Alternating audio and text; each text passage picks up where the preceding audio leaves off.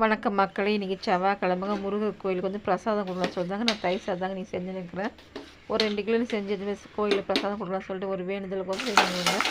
அந்த தயிர் சாதத்துக்கு வந்து தாளிப்புக்கு வந்து கடலைப்பருப்பு, கடுகு, பச்சை மிளகா, இஞ்சி இதெல்லாம் போட்டு தாளிப்பு அது வேணும் வச்சுங்க. கொஞ்சம் சாப்பிட கொஞ்சம் வேறு வேறையாக சொல்லி இந்த மத்தில் கூட அப்படியே கொஞ்சம் குழந்தான் சொல்லிட்டு இந்த தயிர் சாதம் கொஞ்சம் வேறு வேறையாக தான் நல்லா இருக்காது. கொஞ்சம் குழந்தை தான் கொஞ்சம் தயிர் சாதம் நல்லா சொல்லி இந்த மத்தில் போட்டு அவனை வச்சுக்கிறேங்க சாப்பாடை தயிர் சாதம் ரெடி பண்ணி வச்சுக்கிட்டு நம்ம கோயிலுக்கு கிளம்ப வேண்டியது.